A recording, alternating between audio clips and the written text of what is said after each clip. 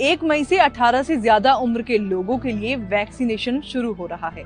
अब जाहिर सी बात है, ऐसे में लोगों के मन में वैक्सीनेशन को लेकर कई तरह के सवाल हैं, लेकिन चिंता मत करिए, उनके जवाब हम आपको दे रहे हैं। वैक्सीन के लिए रजिस्ट्रेशन कैसे करें?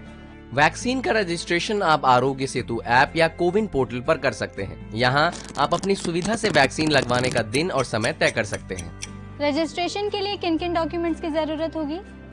रजिस्ट्रेशन के लिए एक पासपोर्ट साइज फोटो के साथ कोई भी एक सर्टिफाइड फोटो आईडी प्रूफ जैसे Aadhaar, driving licence, PAN card, voter ID वगैरह की जरूरत होगी। क्या वैक्सीन लगवाने के समय भी फोटो आईडी ले जानी होगी?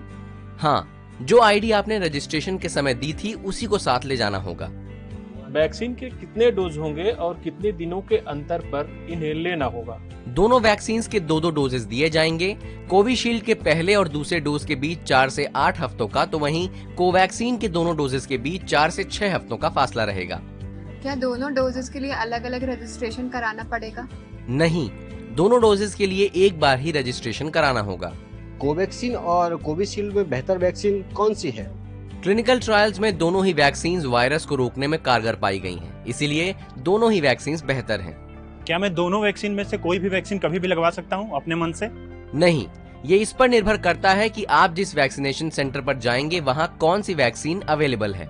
मुझे पहले कोरोना हुआ था, अब मैं बिल्कुल पूरी तरीके से ठीक हूँ। क्या अभी भी मुझको वैक्सीन की जरूरत है? बिल्कुल, कोरोना के कई मामले रीइंफेक्शन के हैं, इसलिए आप रिकवर हो गए हों तब भी वैक्सीन लगवाएं। किन्हें वैक्सीन नहीं लगवानी चाहिए? प्रेग्नेंट महिलाएं, स्तनपान करा रही महिलाएं, कोरोना मरीज या किसी भी गंभीर बीमारी से पीड़ित व्यक्ति वैक्सीन न लगवाएं।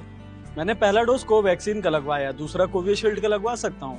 बिल्कुल नहीं, आप पहला डोज जिस भी वैक्सीन का लगवा रहे हैं, दूसरा डोज भी उसी वैक्सीन का लगवाएं। क्या वैक्सीन लगवाने के बाद भी मास्क लगाना पड़ेगा? बिल्कुल, वैक्सीन लगवाने के बाद भी पहले की तरह ही सावधानी बरतना जरूरी है। शरीर में एंटीबॉडी बनना कब शुरू होगी? वैक्सीन के दोनों डोजेस लेने के 2 से 3 हफ्तों के भीतर शरीर में एंटीबॉडीज बनना शुरू हो जाती हैं। वैक्सीन लगने के बाद किस तरीके लक्षण दिख सकते हैं? जिस जगह वैक्सीन लगाई गई वहां हल्का दर्द, सिर दर्द, बुखार, चिड़चिड़ापन, चक्कर आना जैसे लक्षण दिख सकते हैं। ऐसा होने पर डॉक्टर की सलाह से दवा ले सकते हैं। क्या वैक्सीन लगाने के बाद भी कोरोना हो सकता है? वैक्सीन कोरोना से बचाव की 100% गारंटी नहीं देती है, लेकिन कोरोना से लड़ने में आपकी शक्ति जरूर बढ़ा देती है।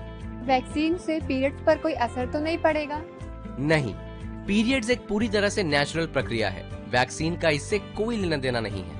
वैक्सीन की कीमत कितनी है? सरकारी वैक्सीनेशन सेंटर में दोनों ही वैक्सीन मुफ्त में लगाई जा रही हैं। प्राइवेट अस्पतालों में आपको वैक्सीन के एक डोज के लिए 250 रुपए देने होंगे। तो उम्मीद है वैक्सीनेशन को लेकर सभी सवालों के जवाब आपको मिल गए होंगे। तो जल्द से जल्द वैक्सीन लगवाएं और कोरोना को हराएं।